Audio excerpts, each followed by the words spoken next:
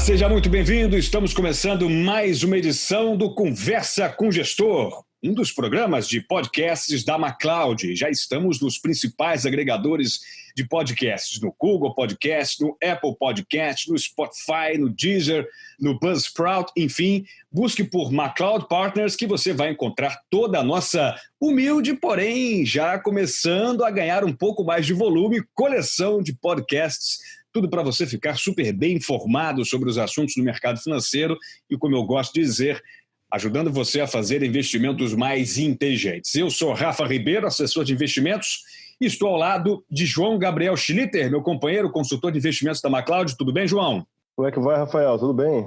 Tudo ótimo, graças a Deus. E hoje vamos bater um papo super especial com Samir Kerbaj. O Samir é diretor de tecnologia e sócio da Hashdex, uma empresa que faz investimentos em criptoativos. Pois é, um dos assuntos mais demandados pela nossa audiência. Já tive várias perguntas em relação a este tipo de ativo, a essa classe de investimentos, e chegou a hora da gente desmistificar um pouquinho o investimento em criptomoedas. E para isso, a gente trouxe o Samir da Hashdex. Tudo bem, Samir? Muito obrigado pela sua participação, bem-vindo. Tudo bem, Rafa e João. Prazer estar aqui com vocês, pessoal. Obrigado, Samir. Queria primeiro que você se apresentasse um pouquinho e falasse um pouco do seu histórico. Como você falou, eu sou sócio e diretor de tecnologia da Hashdex. Estou na Hashdex desde o comecinho ali, do começo de 2018, quando a gente fundou a empresa. Meu background é todo em tecnologia para o mercado financeiro, tá? Então eu sou engenheiro de computação, comecei minha carreira desenvolvendo fundos quantitativos, né, e de operações em alta frequência ali na Bolsa, principalmente no mercado de futuros, de dólar e de índice. Depois disso fui para a ATG, que é uma empresa de electronic trading, né, que fornece software ali, e soluções de electronic trading para investidores institucionais. Lá eu conheci criptoativos, blockchain, e fui me apaixonando cada vez mais por essa tecnologia, até que eu decidi me dedicar full time a essa nova classe de ativos, né? E aí me juntei à Hashdex ali no comecinho. Então esse é um resumo aí da minha história. Eu acho que você citou muito bem quando você mencionou que se apaixonou por essa classe de ativo, porque o investimento em criptomoeda, aliás, o mundo das criptomoedas, ele desperta amor e ódio de alguns, né? E desde que surgiu o Bitcoin, digamos, como a principal criptomoeda, tem tido muita dificuldade de ganhar espaço, de se disseminar, né? Seja porque algumas pessoas não entendem direito o conceito, ou porque grandes corporações, né, majoritariamente os bancos, eles lutam ali contra uma ideia de uma moeda descentralizada, né? Tem muita volatilidade e o maior risco dos criptoativos acaba dificultando, claro, a entrada de novos investidores no mercado. E nós não vamos explicar de uma maneira detalhada o que são criptomoedas, né? Eu acho que basta você fazer uma busca rápida aí no seu principal buscador de internet, que você vai ter uma ampla gama de informações. Nós vamos tratar aqui de um outro nível de conhecimento, né? Não vamos entrar em assuntos de blockchain, por exemplo. Vamos falar especificamente em investimentos em fundos de criptomoedas. E aí eu queria já fazer a primeira pergunta para o Samir. Qual seria a diferença básica de um investidor que quer entrar nesse mundo, fazer um cadastro numa corretora e começar a comprar a moeda e investir num fundo que investe em criptomoeda, Samir? Dá para você fazer essa diferenciação para a gente no início? Eu acho que o principal diferencial é que, por exemplo, quando você investe com um fundo regulado que se dedica exclusivamente a fazer gestão de criptoativos, a gente já se preocupa com questões essenciais no investimento em criptoativos, como segurança e governança, tá? Então, como que a gente garante que esse ativo não vai ser hackeado, entendeu? Que você vai comprar aquele ativo, se você comprar um ativo no exchange, por exemplo, você vai ficar exposto a muitos riscos que você precisa conhecer bem e saber bem onde está pisando. Especialmente o risco de custódia, de você saber como armazenar esse ativo de forma segura. Vamos lembrar que ativos digitais, eles são puramente informação, né? Então, basicamente, se você perder a senha ou a sua chave privada ali para acessar aquele ativo, você não tem um gerente para ligar e pedir para recuperar, você perde aqueles ativos para sempre. Então, a gente tem uma preocupação muito grande com isso aqui. E tem outros aspectos, por exemplo, do ponto de vista tributário, né? Assim, é melhor do ponto de vista tributário você investir via fundos, que vai ter uma tributação similar a todos os outros fundos multimercado, do que se você comprar diretamente, você vai ter que declarar imposto sobre cada uma das operações, né? E, finalmente, a gente pode mencionar a questão de sucessão, né? Então, se algo acontece com você, né, os seus investimentos tradicionais via fundo, eles passam para os seus herdeiros de maneira natural. Se você tem um investimento via criptoativos e você está armazenando aquela chave privada de forma segura, esse procedimento, né, de passar esses ativos para os seus herdeiros, eles são mais complexos, né? Você precisa documentar isso para alguém e deixar isso disponível para alguém conseguir recuperar seu ativo. É como se você enterrasse ouro ali no quintal de casa, que se acontecer alguma coisa com você, você precisa dar o mapa da mina para as pessoas acharem, né? Então, acho que tem essas principais diferenças ali. Eu acho que tem uma essencial também que é muito mais simples, né? Então, quando você investe, por exemplo, num dos fundos da Hashdex, que estão disponíveis na plataforma ali da XP, você vai contar com todo o apoio do seu agente autônomo, da XP e de profissionais como gestores como o da Hashdex para cuidar do seu investimento, né? Se você for para um exchange diretamente, você vai ter que entender aonde que você está entrando, tem que tomar muito cuidado para não entrar no esquema de pirâmide e outros tipos de fraude. Então, acho que essas são as principais diferenças ali. Legal. E uma pergunta, você vê que o mercado de criptomoedas nos últimos anos ganhou uma popularidade assim tremenda, né? Mas para o investidor em geral ainda é uma caixa preta. As pessoas, por mais que você perguntar para qualquer um que se conhece criptomoedas ou criptoativos, acho que seria mais correto dizer, todos vão dizer que sim, mas ainda são céticos. Você, não precisa ter muito conhecimento em relação a isso, ainda são céticos se isso é um investimento ou é ainda uma especulação. Então, assim, na visão da Hashdex, qual é o valor de investir em criptoativos, né? E por que faz sentido ter parte do seu patrimônio nessa classe de investimento? Eu gosto de dizer que essa classe nova de criptoativos ela é muito similar hoje em dia do que era a internet ali em 1995. Então, eu não sei se muitos de vocês lembram, mas em 95 a internet era extremamente difícil de utilizar, era realmente coisa de nerds, né? Se você pesquisar os artigos na época, você vai ver muita gente falando que, assim, para que eu vou usar e-mail se eu já tenho fax, né? Então tem essas analogias que são legais da gente utilizar. A tecnologia ela demora um tempo para amadurecer até entrar no dia a dia das pessoas. De repente, daqui a 10 anos, as pessoas vão estar utilizando criptoativos no seu dia a dia sem nem saber que estão usando criptoativos, tá? Assim como hoje a gente usa a internet, ela está simplesmente faz parte do nosso dia, né? Assim, faz parte da nossa vida, a gente não consegue viver sem ela, sem necessariamente entender como funciona a internet. Então, por que você investiria em criptoativos agora? É como se você estivesse investindo na internet em 95, tá?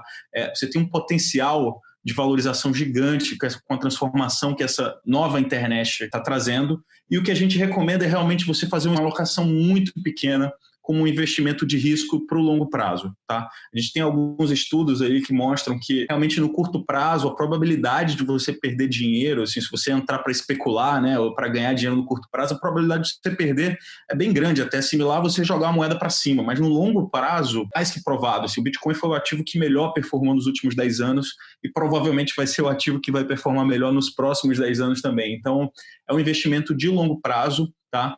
Você tem que calibrar muito bem a exposição, porque é um ativo de alta volatilidade. É normal passar por esses períodos de bolha, como a gente passou ali no final de 2017 e começo de 2018, porque é uma tecnologia nova, tá? Tem muita coisa para surgir a partir disso, e é normal que as pessoas tentem antecipar as expectativas, né? Achar que agora a blockchain vai resolver todos os problemas do mundo, aí todo mundo compra criptoativos, o preço começa a subir, aí começam a vir atores que tentam se beneficiar disso, criando fraudes, né, ali, pirâmides. Então é muito normal esse processo todo acontecer. Isso aconteceu na internet, na bolha do .com. Então, assim, a gente vê isso com naturalidade, e o que a gente recomenda para as pessoas é não caiam na tentação de ganhar dinheiro no curto prazo com criptoativos, é um investimento para longo prazo, e foi por isso que a gente estruturou todas as teses de gestão aqui do fundo. Ô, Samir, eu imagino que vocês devam ter um discurso muito bem afinado, né? Quando vocês tentam explicar os criptoativos. Mas muitos analistas, os que são a favor, fazem uma correlação do Bitcoin, sobretudo, com uma moeda de segurança, como é o ouro, por exemplo, né? A gente viu aí movimentos do mercado onde o Bitcoin subiu, fazendo uma espécie de hedge de proteção contra possíveis quedas do dólar, sobretudo, né? Mas é claro que nessa crise que estamos enfrentando, tudo caiu, inclusive o ouro caiu em certo momento, né? E o Bitcoin sofreu em março. Como vocês tentam explicar o investimento em Bitcoin, tentando sair um pouco de somente você diversificar o seu portfólio? Vocês conseguem encontrar uma correlação entre aqueles analistas mais otimistas que buscam usar o Bitcoin também como um hedge? Claro, assim, o Bitcoin, pela sua essência, né, pela forma como ele foi desenhado, ele tem todos os atributos para ser uma reserva de valor. Então, o que é reserva de valor? É aquele ativo que você compra porque você tem a expectativa que no futuro ele vai preservar o seu valor, né? Você vai conseguir trocar ele pela mesma quantidade de dinheiro ou até maior. Então, o ouro, por exemplo, é uma reserva de valor bem característica, né? Imóveis, tradicionalmente, também são boas reservas de valor. E o Bitcoin, ele tem todas as características que o ouro tem, com a facilidade de ser transferível para qualquer lugar do mundo, sem fronteiras, né, ali, sem pesar nada ali no bolso das pessoas, né? Então ele tem todos esses atributos de reserva de valor, mas vamos lembrar que esse Bitcoin só tem 10 anos, tá? Ele é muito recente. Se você comparar com o ouro, que tem 2.500 anos de história como reserva de valor e é um elemento natural que existe desde o Big Bang, né, é bem diferente. O ouro já está consolidado. Esses dois ativos, eles têm características de reserva de valor e por isso que eles tendem a se valorizar se a confiança no dólar ou um cenário de inflação no dólar passa a surgir. Por que ele caiu naquele período ali de março, né? O que aconteceu? Ele foi uma crise de liquidez, né? Todo mundo, de repente, no mesmo tempo, precisou vender os ativos que tinham para comprar dólar, certo? E ter dólar para cobrir suas posições, suas despesas, suas chamadas de margem. A maioria dos investidores ali não esperava essa crise, a chegada dessa crise, então eles estavam possivelmente bem alavancados. Então você precisa vender todos os ativos. E aí é normal acontecer o que a gente chama de quebra de correlação, né? Isso já aconteceu no passado. Em 2008, o ouro também sofreu muito na parte mais aguda ali da crise e depois ele se valorizou bastante, né? Então, a gente vê aquilo também com bastante naturalidade, com uma quebra de correlação devido a uma crise de liquidez e agora, tanto que agora a gente vê que o ouro já recuperou e o Bitcoin também já recuperou e está crescendo bem, né? Então, o Bitcoin é uma reserva de valor no estágio que eu diria de nascente, ela está ainda se consolidando, né? Por isso que, caso nessa década com o Bitcoin, a reserva de valor, o potencial de valorização é muito grande, por isso que ela é uma boa tese de investimento no momento. Então é muito similar ao ouro ali na década de 70, né? Quando veio o choque de Nixon ali, a gente acabou com o sistema de Bretton Woods que atrelava o dólar a ouro, o ouro passou a ter um preço livre com relação ao dólar. O que a gente viu foi justamente o ouro se consolidando como uma reserva de valor, como uma proteção contra o dólar e o valor dele explodindo ali, saindo de cerca de $30 até $900, né, assim, em 10 anos. Então, a gente viu esse processo na década de 70 com ouro e a gente provavelmente vai ver esse processo nessa década com o Bitcoin. Aproveitando essa deixa aí que você está falando de moeda, né, que dá para falar de criptoativos, né, que pode ser conhecido como criptomoedas, por moeda, né, que foi uma das maiores invenções da humanidade, permitiu a gente sair do escambo para uma economia muito mais complexa do que é hoje. As principais delas, acho que não tem nenhum ativo subjacente por trás, né? Então, assim, como é que o leigo, como é que avalia a possibilidade de valorização desse tipo de moeda, desse tipo de ativo em si? Importante deixar claro, assim, existe um estigma de criptomoedas, né? E a gente gosta de chamar de criptoativos, porque nem todo ativo digital que é executado dentro de uma blockchain é uma moeda. O Bitcoin, especificamente, foi o primeiro, ele foi criado para ser justamente um meio de pagamento livre na internet. Então, você pode dizer que o Bitcoin é uma moeda, dá para classificá-lo como uma criptomoeda, né? Ele é um meio de pagamento, ele foi desenhado para ser uma moeda.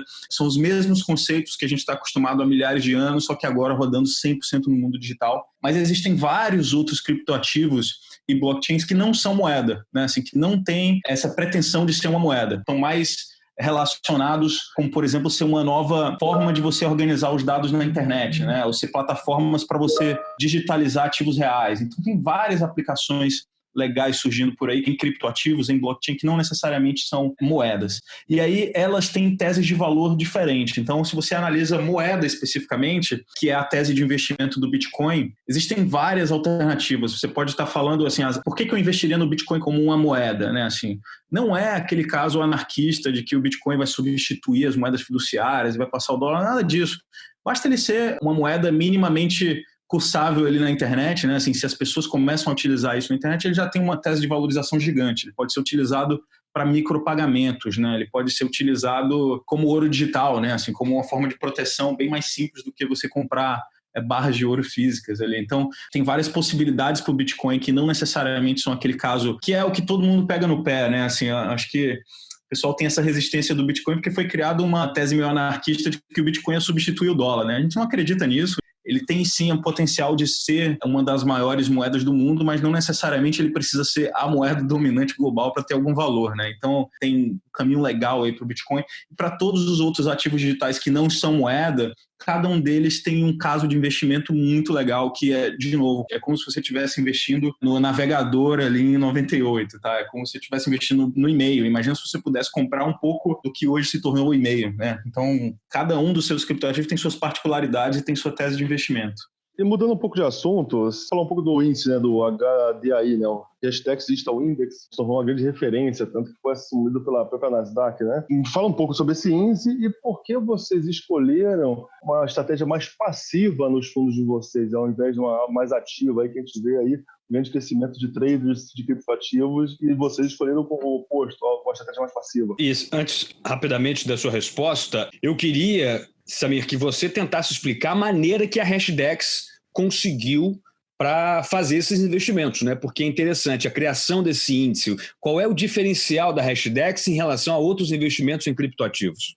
Legal. A gente criou a Hashdex com o objetivo de ser uma ponte entre o mercado financeiro tradicional e esse mundo novo de ativos digitais. No momento que a gente criou ali, não existia essa ponte, existia um preconceito muito grande do mercado financeiro tradicional, parte por desconhecimento e outra parte pelo exagero que foi aquela bolha ali no final de 2017, que ficava claro que aquilo estava inflado, né, que os preços estavam inflados.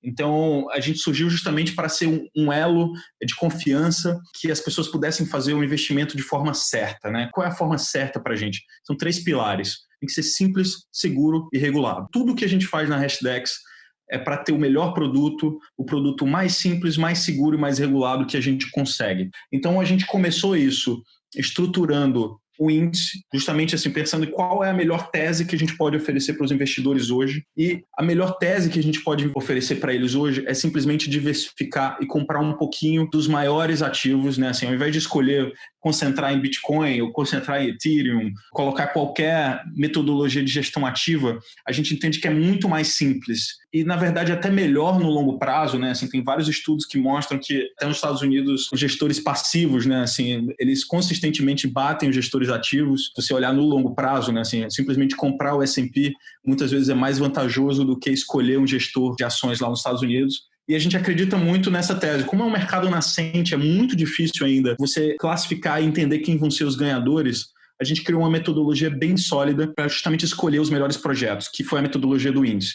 O índice é uma espécie de Ibovespa ali dos criptoativos, né? Então a gente começa tendo filtros bem sólidos de quais ativos a gente vai entender como elegíveis a esse índice para garantir que não tem nenhuma fraude ali, nenhuma pirâmide, ou que não tem nenhum ativo, que não tem liquidez ali no final para a gente negociar, né? Então, a gente passa por um conjunto de filtros que o universo cai de cerca de 2.000 criptoativos, que é a quantidade de criptoativos que tem hoje, né? São cerca de 2.000 aí, cada dia ele cresce mais. O nosso universo elegível cai de 2.000 para 50, tá? Assim, esses 50 são os ativos que, de fato, a gente entende que tem algum nível de credibilidade e de liquidez e que poderiam ser comprados por um investidor institucional, e a partir daí a gente aplica um índice que a gente chama de market cap, né, baseado no valor de mercado, que a gente escolhe os maiores projetos. Então, hoje o nosso índice tem 15 ativos e ele tem um rebalanceamento trimestral.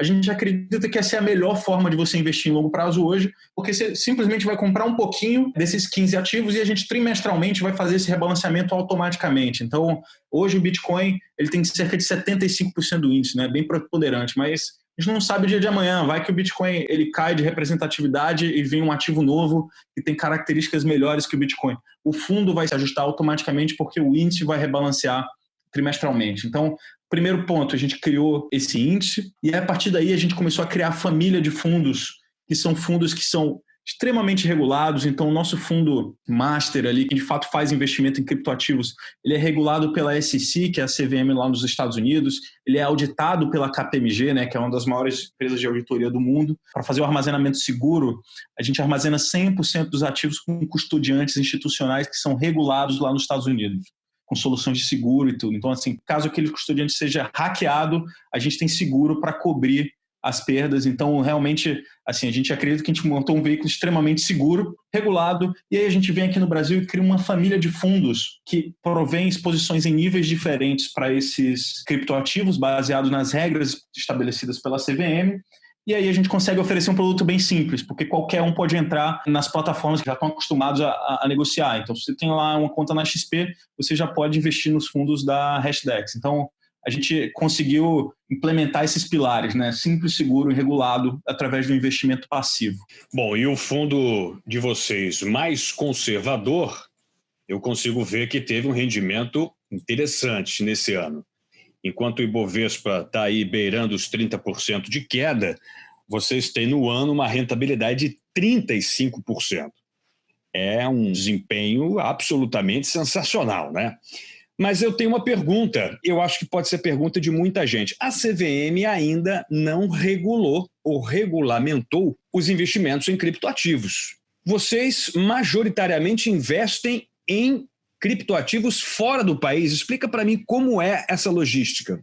Qual é a logística que a gente usa? É exatamente o que os fundos multimercados normalmente fazem para fazer investimentos no exterior. Então, eles criam um fundo, certo? Que é normalmente baseado em Cayman, tá? Nas Ilhas Caimã. E aí esse fundo, o fundo brasileiro, compra cotas desse fundo que a gente chama de fundo offshore. Como a gente estava fazendo investimento com criptoativos, a gente decidiu ter um nível máximo de segurança e governança nesse fundo lá em Cayman, né? Assim, para as pessoas terem o conforto de que esse investimento que está sendo feito no exterior está sendo feito da melhor maneira possível. Por isso que ele é regulado pela SEC, que a gente tem KPMG como auditores e que a gente tem um board independente, né, que são diretores profissionais contratados para exercer a diretoria do fundo e fiscalizar as atividades do fundo. Então, a gente criou realmente ali nos melhores padrões. E os fundos brasileiros, eles compram cotas desse fundo lá fora. Essa é a maneira que a CVM autorizou os investimentos em criptoativos através dos fundos brasileiros. Tá? Então, ela emitiu um comunicado, ali, se não me engano, em agosto de 2018, em que ela deixava claro que esse tipo de investimento seria permitido pelos fundos brasileiros, e ela também destacou um conjunto de preocupações que os gestores, os administradores e os auditores devem ter ao fazerem esse tipo de investimento em criptoativos, né? Que são preocupações muito válidas, a gente tomou muito cuidado para atender da melhor forma possível cada uma daquelas preocupações, e é por isso que o administrador desse nosso fundo local, né, que é o BTG Pactual, ele ficou confortável em fazer a administração desse fundo e receber esse fundo. Então, realmente, assim, o nível que a gente criou de governança, de segurança, de compliance permitiu investimento em criptoativo via fundos no Brasil. O investimento em criptoativos diretamente, ele não foi regulado ainda pela CVM, então significa que um fundo brasileiro ele não pode comprar criptoativos nas exchanges brasileiras, por exemplo, porque não existe um arcabouço regulatório aqui no Brasil. Mas lá fora já existe. Nos Estados Unidos já existe um arcabouço regulatório que permite que investidores institucionais comprem criptoativos. E é essa linha que a gente segue nos veículos lá fora. Então, os veículos lá fora, o nosso fundo lá fora, ele compra criptoativos de forma regulada, principalmente nos Estados Unidos. Então, voltando assim para essa linha, essa ideia de segurança que a gente está falando e voltando para a questão de custódia, eu queria entender um pouquinho mais sobre esse diferencial que é o Deep Cold Storage da Hashdex, entender o que seria isso e quais são as vantagens para o investidor desse tipo de procedimento. Eu acho que é importante, antes de falar de Deep Cold Storage, né, passar uma introdução um pouco para as pessoas do como é que você armazena criptoativos, né? Que é uma pergunta que a gente recebe muito. Os criptoativos, eles funcionam com um par de chaves que a gente chama de chave pública e chave privada. A chave pública é como se fosse o número da sua conta no banco. Tá? Você pode divulgar para qualquer um e a pessoa com a sua chave pública consegue mandar ativos para você. E a chave privada é como se fosse a senha para acessar essa conta no banco. Tá? A senha para fazer transferências ali do banco. Que, obviamente, você tem que guardar isso de forma secreta e não falar para ninguém. O diferencial, eu diria, de blockchain para a sua conta no banco é que se você perder essa chave privada, né, essa sua senha, você não tem um gerente para ligar para pedir para recuperar a senha. Se você perdeu tudo que estava ali para sempre, você não consegue recuperar mais. Então, esse é um aspecto muito crítico dos criptoativos. E o outro é que se alguém tiver acesso à sua senha, ele vai conseguir simplesmente transferir todos os ativos da sua conta ali e você, de novo, não vai ter o banco para ligar e pedir para recuperar, né? Assim, vai ser muito difícil você conseguir recuperar esses ativos se eles forem hackeados. Ou seja, se alguém hackear o seu computador que está armazenando a chave privada e conseguir recuperar sua senha e fazer o débito dos ativos. Então, a questão de segurança é essencial quando você está fazendo investimento em criptoativos. E aí, qual foi a solução de segurança que a Hashdex escolheu adotar? Primeiro, a contratação de custodiantes, né, que são o que a gente chama de agentes fiduciários, né? Eles têm o dever legal de armazenar os ativos dos investidores de forma segura, e aí eles implementam essas soluções que a gente chama de Deep Cold Storage. É como se você gerasse essa senha em computadores que são completamente desconectados da internet, tá?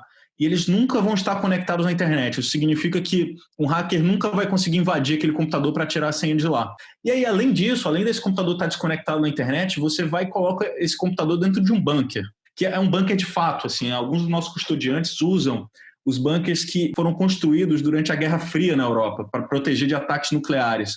Então, hoje em dia, obviamente, como esse risco praticamente não existe mais, esses bunkers estavam entrando em desuso. E aí a gente teve um conjunto de custodiantes que começaram a alugar esses bunkers, a comprar espaço dentro de bunkers de proteção nuclear para armazenar, para criar o seu data center, né, para colocar os servidores que estão armazenando as chaves privadas. Então, de fato, ele fica impossível de acessar via hackers. Um hacker não consegue, porque não tem acesso à internet, não consegue chegar lá. Então, a única forma de você conseguir acesso à chave privada é via acesso físico.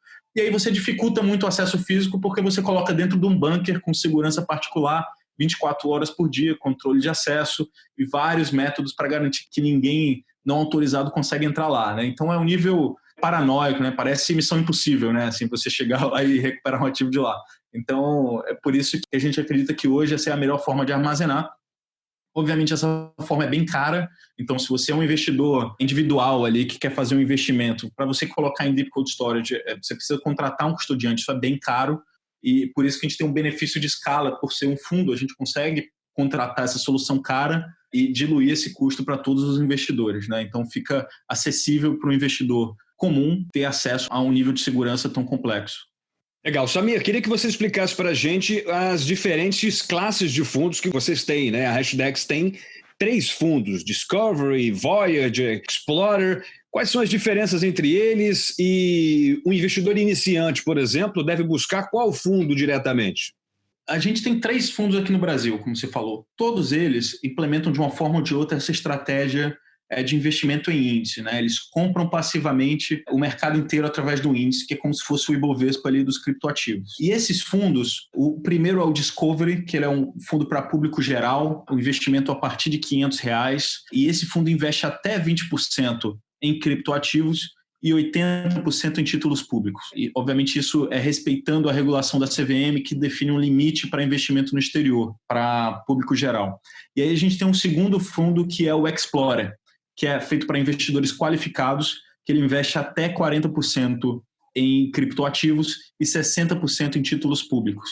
E aí a gente tem um outro fundo, que é o Voyager, que é dedicado para investidores profissionais, que investe até 100% em criptoativos. Então, são 3 fundos para 3 público-alvos diferentes, e o que a gente recomenda é, de acordo com o seu perfil, então, se você é um investidor qualificado e você pode acessar o Explorer, o ideal é que você faça o investimento via o Explorer e você calibra o quanto você vai investir de acordo com seus objetivos. E aí você conta com seus agentes autônomos aí para ajudar em calibrar essa alocação. Mas o que a gente recomenda, dependendo do perfil do investidor e do horizonte de investimento, para ele olhar uma alocação entre 1% e 5% do seu portfólio. Nunca mais do que isso. Não adianta você ter aquela ganância de achar que vai ganhar dinheiro rápido, aí vem um comportamento de bolha como aquele, você quer colocar uma parte do seu patrimônio nisso. Então, foca no longo prazo, coloca um pouquinho e segura por 5 anos, você não vai se arrepender. Então, essa é a recomendação que a gente faz. Se você não está classificado como investidor qualificado ainda, que é aquele investidor que tem pelo menos 1 milhão ali em investimentos, você pode fazer um investimento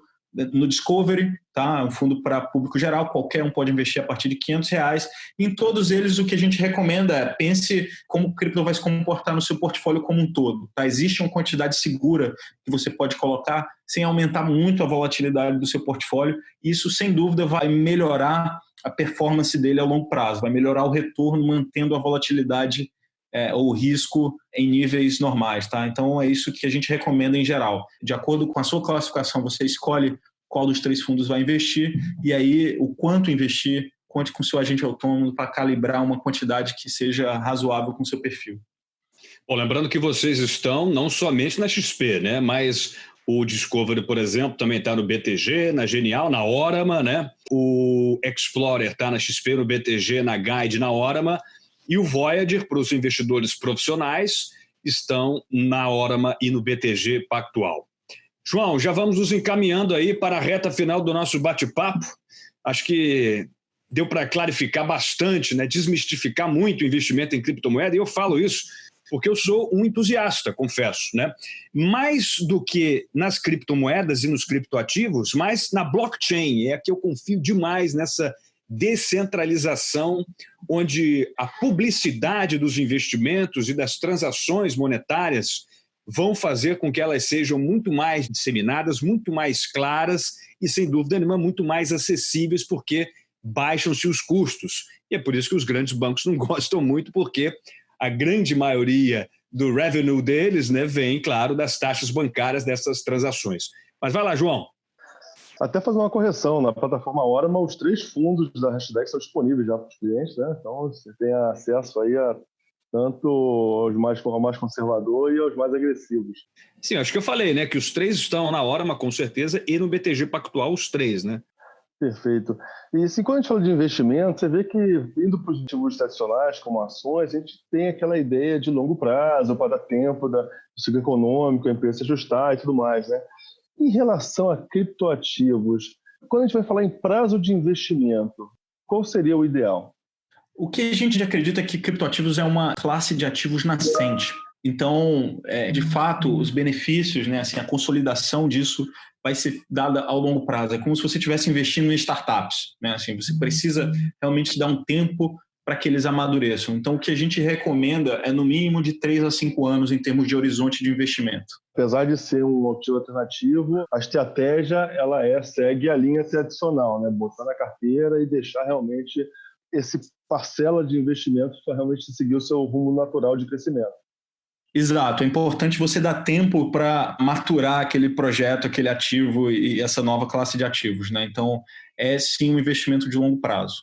E foi muito interessante, né, João e Samir, que os investimentos em criptoativos, eles ganharam mais investidores nesse momento de crise e recessão econômica, né? Queria que você explicasse esse movimento, Samir, e que, de certa forma, a nós surpreende, mas vocês esperavam essa movimentação num ambiente um pouco mais estressado do ponto de vista de investimentos? A gente esperava, sim, foi uma surpresa, obviamente, essa crise acontecer agora e tão aguda, né? Mas o que a gente esperava, principalmente no Bitcoin, como ele tem características muito boas de reserva de valor, e se em algum momento a gente tivesse uma expectativa de uma crise global, ele teria uma tendência a se valorizar. Assim, no curto prazo, talvez se desvalorizar, porque ele é um ativo de risco, né? Então, naquele momento de medo, de pânico, as pessoas tiram o dinheiro de ativos de risco e buscam proteção, mas à medida que as pessoas vão conhecendo o Bitcoin e entendendo o potencial dele, a gente via como um alto potencial de valorização, as pessoas se protegerem no Bitcoin como uma reserva de valor. E foi exatamente isso que a gente viu, mas bem mais rápido do que o que a gente imaginava, né? Assim, a crise veio muito forte, assim, a gente teve uma depreciação muito grande no valor do Bitcoin e de todos os outros ativos, e a gente viu uma recuperação muito rápida. Por quê? O que a gente tem visto recentemente? Cada vez mais os investidores institucionais, né, que são aqueles que fazem realmente gestão de patrimônios muito grandes, eles estão conseguindo ver o valor do Bitcoin como uma reserva de valor. Então, só agora, nesse mês passado, a gente teve o caso da Renaissance, que é uma das maiores gestoras do mundo, ali, uma das maiores performances históricas ali dos hedge funds, né, através do fundo Medallion. Eles submeteram uma documentação para a SEC, lá, que é a CVM dos Estados Unidos, solicitando, né, e abrindo a informação de que eles iam começar a fazer investimentos em criptoativos. E semana passada a gente teve o Paul Tudor Jones, né, que é um dos grandes investidores americanos, ali, bem famoso, ganhou muito dinheiro na crise lá de 88. E ele também emitiu uma carta, né, assim, na semana passada, falando sobre o Great Monetary Inflation, né, essa situação dos bancos centrais, dos maiores bancos centrais do mundo, imprimindo dinheiro em quantidades recordes, e a necessidade de proteção através de reserva de valor, e que ele escolheu o Bitcoin como essa reserva de valor que ele ia alocar parte do portfólio dele. Então, segundo ele, ele tem cerca hoje de 2% do patrimônio dele alocado em Bitcoin, tá? E ele é um investidor, assim, ele tem bilhões de dólares, e isso faz muito preço, porque à medida que um investidor como esse abre publicamente que ele está investindo em Bitcoin para se proteger como uma reserva de valor, os outros investidores institucionais naturalmente vão começar a estudar e aí começam a se envolver. E a gente tem visto uma demanda cada vez maior de investidores institucionais. Então a gente não tem dúvida que de fato, a gente está no momento ideal para testar a tese do Bitcoin como reserva de valor. Já está acontecendo, a gente tem visto a demanda crescendo. Não foi uma surpresa para a gente, mas a velocidade tem sido, sim, uma surpresa. E Samir, uma última pergunta da minha parte.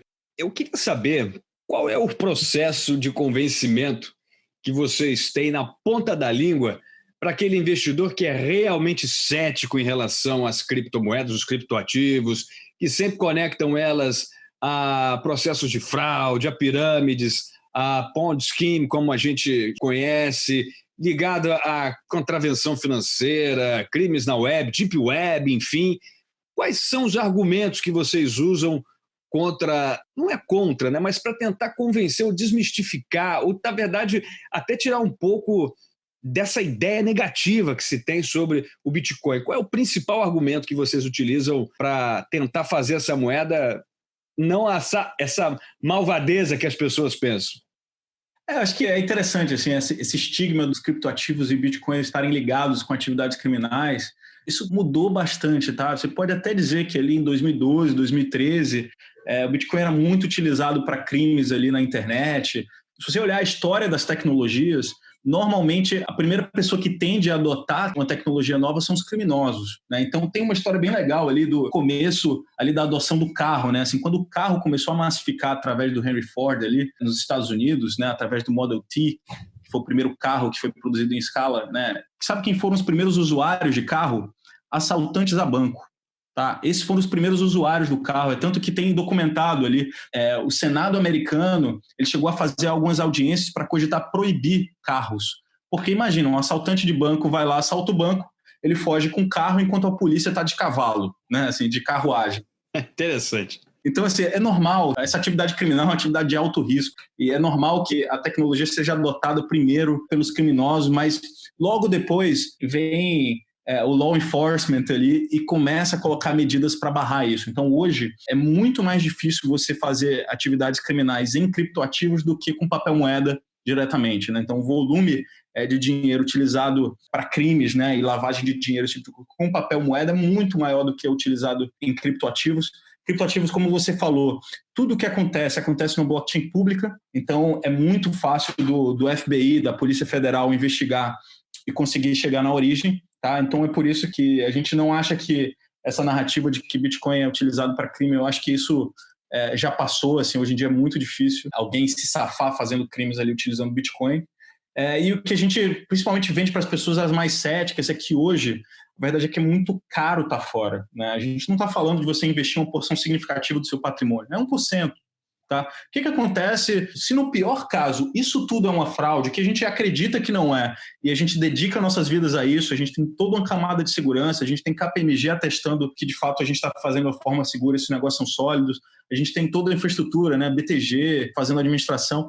Então, assim, fraude não é. Agora, pode ser que caia de valor? Pode ser, assim, é um ativo de alta volatilidade, pode ser que caia. E aí, se cair, você está falando uma porção muito pequena do seu investimento, que está a risco de ser perdida, né? Por outro lado, se esse negócio for minimamente utilizado pela sociedade e prosperar, a valorização é muito grande, né? Assim, a gente está falando realmente de mudança de patamar. O Bitcoin, hoje ele está quase chegando ali em $10 mil, está tocando $10 mil, mas se ele chegar, por exemplo, a ser 10% do que o ouro é hoje, o que é muito pouco para o Bitcoin, esse preço pode chegar a $50 mil. Então, assim, o potencial de valorização é muito alto, então é caro estar fora. Falando em segurança, né, diferente da moeda fiduciária, o Bitcoin tem um registro ali que é eterno, né? Então, você vê, já teve casos do FBI solucionar aí alguns crimes através de busca dos registros da blockchain do Bitcoin, né? Mas, voltando ao fato das atribuições da moeda como reserva de valor, é excepcional essa questão que hoje é um criptoativo que não tem intervenção de estados, né? Está cumprindo melhor esse papel do que as moedas soberanas cujos bancos centrais vêm emitindo, principalmente agora, de forma ilimitada, né? Mas pegando um evento atual, o Bitcoin, que infelizmente acaba sendo um dos temas centrais quando a gente vai falando de criptoativos, por ser realmente o maior deles, nesse momento está acontecendo um evento específico que é o halving do Bitcoin, né?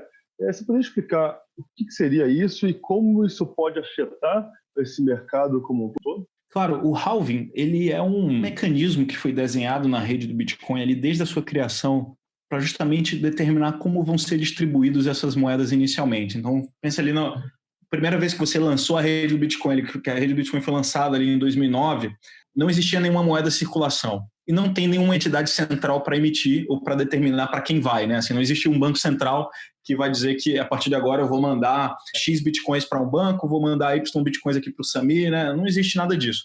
Então, o que foi definido na rede é que a distribuição de novas moedas ia ser feito sequencialmente, tá? Assim, de tempos em tempos, à medida que os blocos eram minerados, né? Isso acontece a cada 10 minutos, mais ou menos, e que essas recompensas iam caindo ao longo do tempo até chegar a zero, tá? Então, a emissão de novas moedas, elas caem a cada 4 anos pela metade até chegar a zero, tá? Então, o Bitcoin começou com a recompensa de 50 bitcoins por bloco, né? Então, a cada 10 minutos eram emitidos novos bitcoins, né? 50 bitcoins distribuídos para os mineradores, e aí em 2012 caiu de 50 para 25, em 2016 caiu de 25 para 12,5, e agora, na segunda-feira, essa recompensa caiu de novo de 12,5 para 6,25.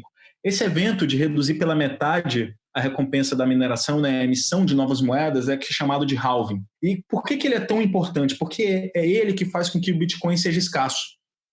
É ele que garante que, no final, né, assim, quando essa recompensa for a zero, que está estimado para acontecer em 2140, nenhum outro Bitcoin vai ser emitido.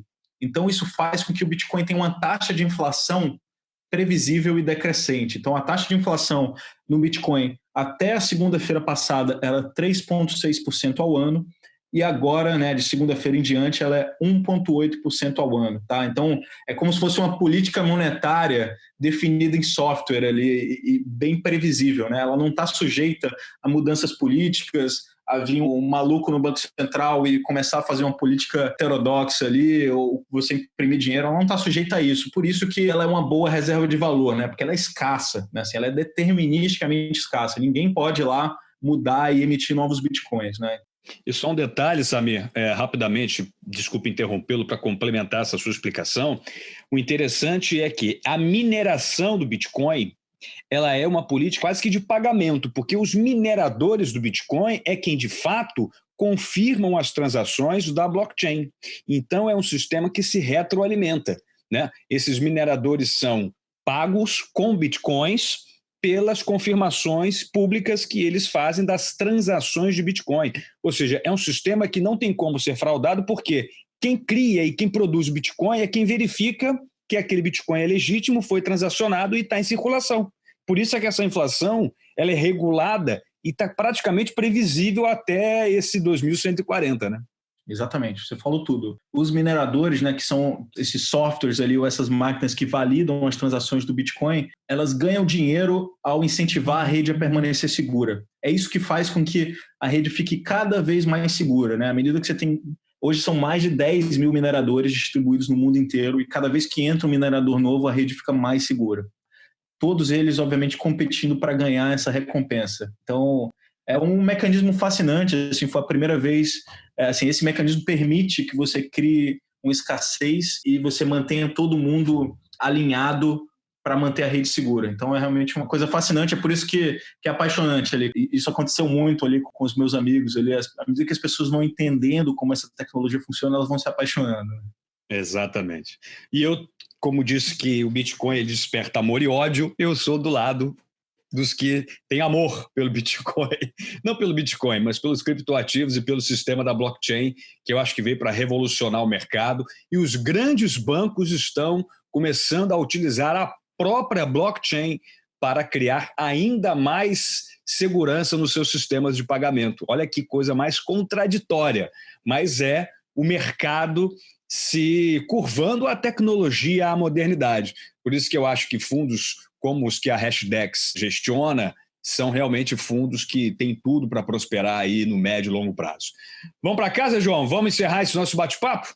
Vamos. Ia ter assunto há muito tempo se deixar, mas é excepcional essa conversa. A Hashdex está vindo aí meio que revolucionando o mercado, dando uma oportunidade muito mais segura, assim dizendo, né, para os investidores começarem a entrar nesse tipo de ativo sem correr o risco, como a gente vê aí na história do Bitcoin, onde a maior parte dos criptoativos estão perdidos porque pessoas perderam as senhas e tudo mais. e aí acaba sendo um mecanismo mais seguro de poder alocar parte do seu capital, né? Parte do seu patrimônio. Legal. Samir, muito obrigado mais uma vez pelo seu tempo. Foi esclarecedor esse bate-papo com você e queria que você deixasse uma mensagem final aí para quem está ouvindo a gente. Legal, Rafa, João. Prazer conversar com vocês e desmistificar um pouquinho aí dos criptoativos e como a Hashdex está surgindo aí realmente como uma opção simples, segura e regulada para as pessoas investirem.